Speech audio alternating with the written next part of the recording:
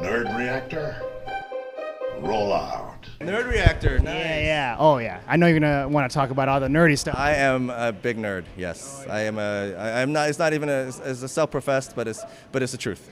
It's the truth. I've seen videos of you at a convention next to like Transformers and all that. Gosh, yes. There was a Hong Kong anime and gaming expo, and I had to go to New York for the New York Asian Film Festival. So the day before it opened, I had a lot of friends that had booths there. They invited me to have a look and also meet the media. It was great. In addition to buying a lot of figures, I received a lot of figures as gifts, which is amazing. And then one of my favorite comic book artists, Andy Cito, the creator, the artist for the comic book Twilight of the Warriors Walden, the comic book version, he was there, and he gifted me with a book, Cyber Weapon Part 2, Cyber Weapon Z Part 2. I remember having that comic when I was in college, coming to Hong Kong to train Kung Fu. So it's amazing being able to meet these people and kind of be friends with them now. Speaking of Twilight of the Warriors, you're in this. Your character is different compared to you, like, in terms of looks. Like, you're like a handsome dude. In this, you're like evil mustache twirling guy. So what was that like? Because he's crazy.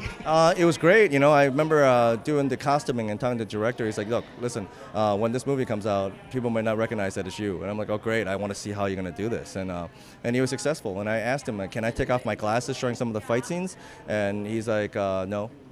And I said, why? Well, because he explained, because it's your image. It's like Batman has his mask, you have your full getup, and then people will remember it. And then it's something that I want you to maintain. So the only time that I was able to take off my glasses was a scene. There's a scene with me and Sammo.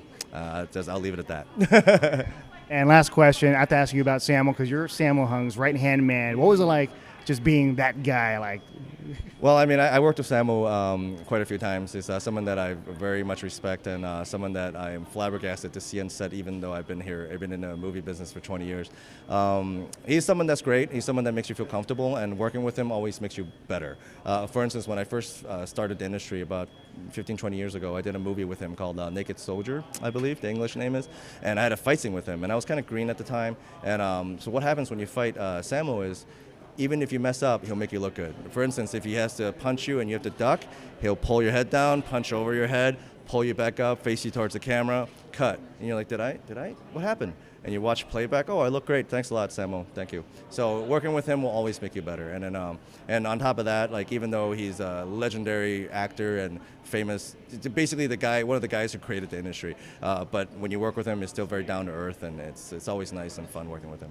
all right, well, thank you, Philip. Yeah. Thank you. Thank you for the interview. Yeah.